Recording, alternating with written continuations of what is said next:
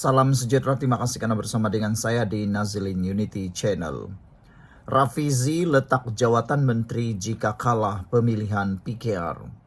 Isu dan tajuk ini mendapat perhatian ramai khususnya para penyokong PKR. Dan yang lebih ramai lagi ialah para penyokong Pakatan Perikatan Nasional, pembangkang.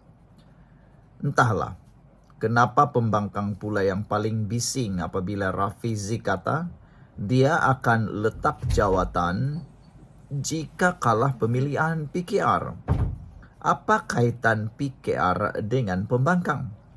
Ramailah yang gembira kalau Rafizi letak jawatan.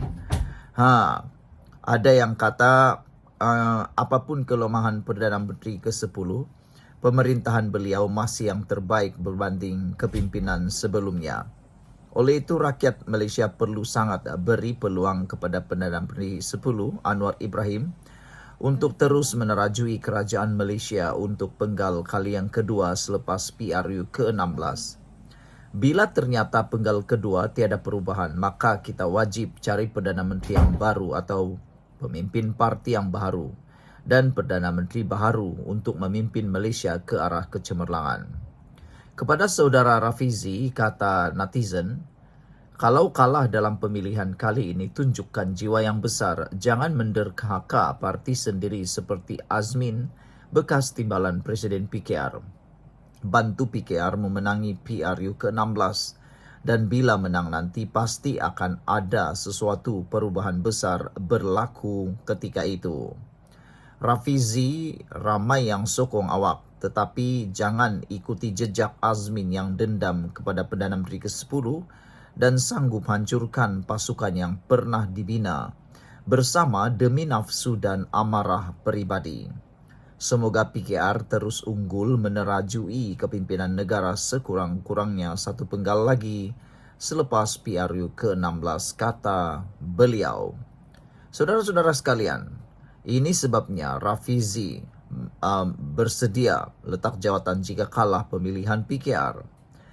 Penyandang timbalan Presiden PKR Rafizi Ramli menyatakan kesediaan untuk meletakkan jawatan sebagai Menteri Ekonomi jika gagal mempertahankan jawatannya dalam pemilihan PKR akan datang. Mengakui dia sebenarnya agak lega dengan kemungkinan itu, Menteri Ekonomi itu berkata dia akan mempunyai lebih banyak masa dan lebih bebas bersuara dalam pelbagai isu. Kalau saya kalah, saya letak jawatan dan jadi ahli parlimen biasa. Saya bersyukur kerana ada hikmah beberapa perkara. Saya tak dibebankan dengan tugas jadi menteri. Teruk tahu jadi menteri, kata beliau. Banyak tanggungjawab tak terbuat. Yang kedua, saya lagi gembira, mulut dan tangan saya tak terikat, kata Rafizi. Sebelum ini saya anggota pentadbiran. Kalau saya tak setuju pun, contohnya Azam Baki dilantik semula sebagai Ketua Pesuruhjaya SPRM, saya tak boleh sebut secara terbuka sebab saya anggota pentadbiran. Ia akan langgar etika kerana keputusan dibuat oleh Perdana Menteri. Jadi saya terpaksa tutup mulut, katanya dalam siaran langsung podcast yang bakar menteri.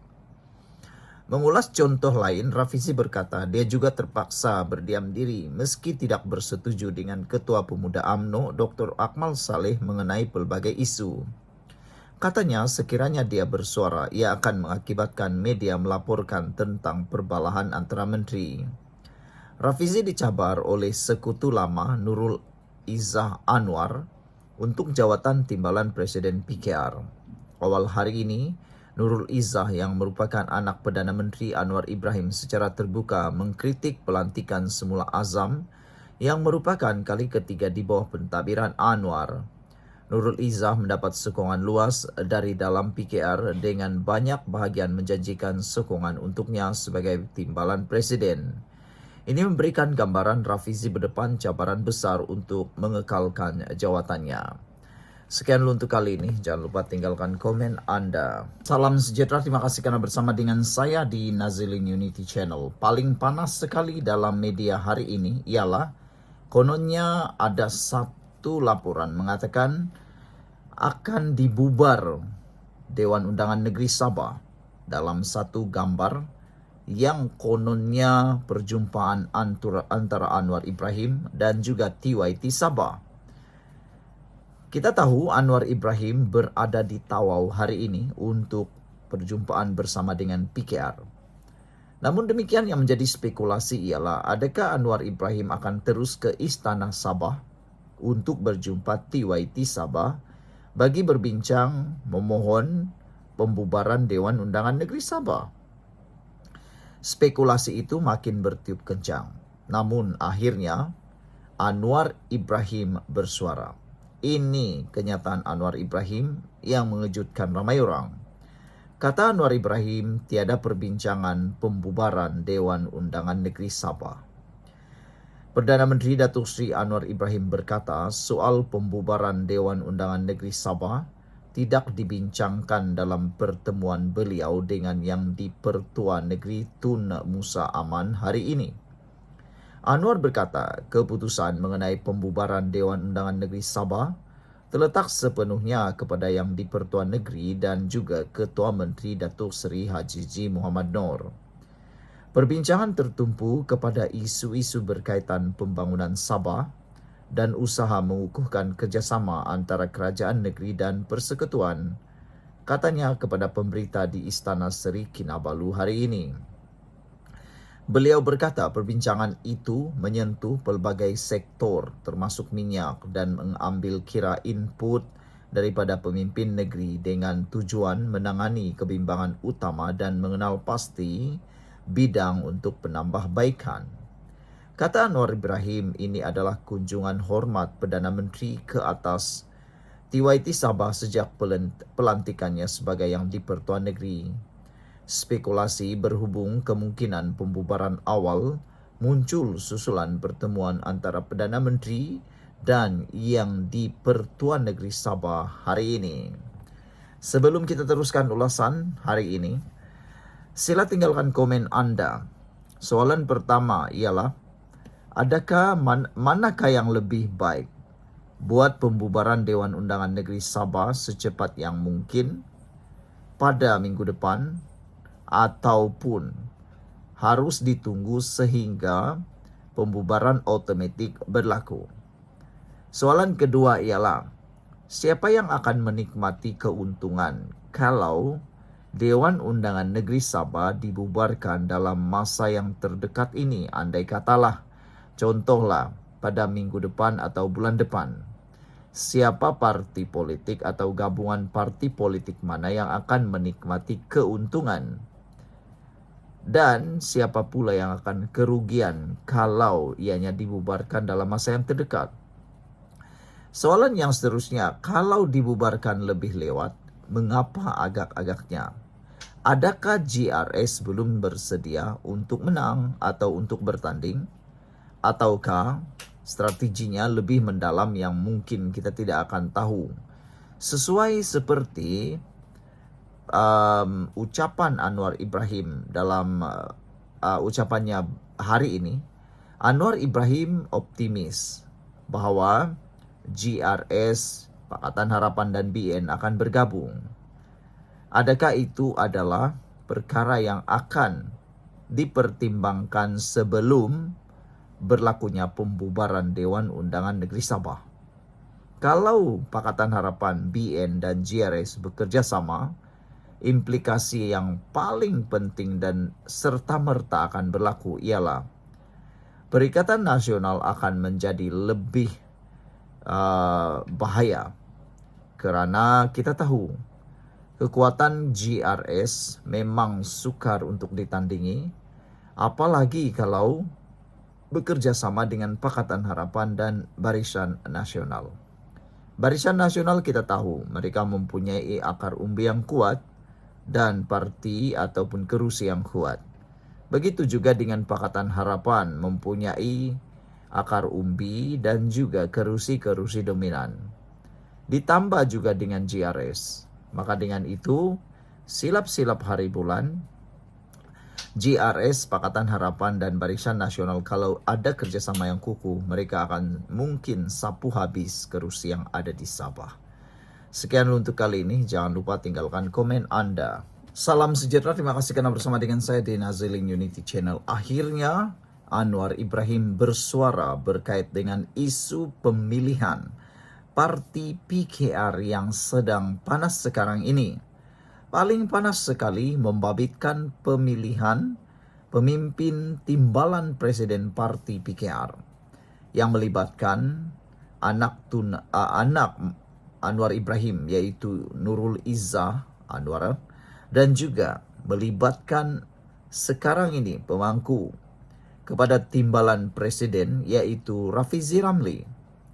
Dua-duanya adalah orang yang sangat berkaliber, berpengaruh, dan yang memulakan reformasi. Anda masih ingat, kedua-dua mereka ini mempunyai kekuatan tersendiri. Ramailah, terutamanya Walaun, suka sangat apabila dua pribadi ini, yaitu Rafizi dan Nurul Izzah, bertanding jawatan timbalan presiden. Mereka kata begaduh lah macam-macam.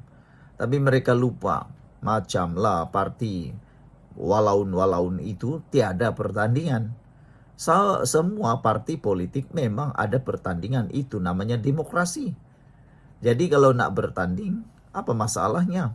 Pertandingan itu kan baik untuk memilih yang terbaik daripada yang paling terbaik. Rafizi pun terbaik, Nurul Izzah pun terbaik. Itu kan lebih baik. Ini tidak, Walaun ini pelik. Ada pertandingan pun mereka bising. Tiada pertandingan pun mereka bising. Apalah nak sangat nak diikutkan kata-kata Walaun. Buat apa nak layan? Nah, macam itulah. Akhirnya Anwar Ibrahim mengemukakan atau bersuara berkaitan dengan pemilihan PKR tersebut. Kata Anwar Ibrahim, pertarungan tersebut adalah pertarungan rakan-rakan setia. Pemilihan PKR 2025 perlu dianggap sebagai satu pertarungan antara rakan-rakan setia dalam parti, kata Perdana Menteri Datuk Seri Anwar Ibrahim. Justru Anwar yang juga Presiden PKR berkata, semua calon berkenan harus disantuni dengan baik, supaya semangat persaudaraan dalam kalangan ahli parti kekal utuh. Pemilihan ini antara rakan-rakan setia yang banyak daripadanya tokoh reformasi. Oleh itu, kita kena jaga supaya tidak terlanjur kerana kita mahukan pemilihan ini untuk kita rangkul sebagai satu kekuatan, katanya. Beliau berkata demikian ketika ditemui pemberita selepas mempengerusikan mesyuarat Majlis Pimpinan Negeri PKR Sabah di sini hari ini. Pada masa sama, Anwar mengingatkan penyokong kepada pihak yang bertanding untuk tidak terlajak berlebihan kerana ia boleh mengeruhkan keadaan.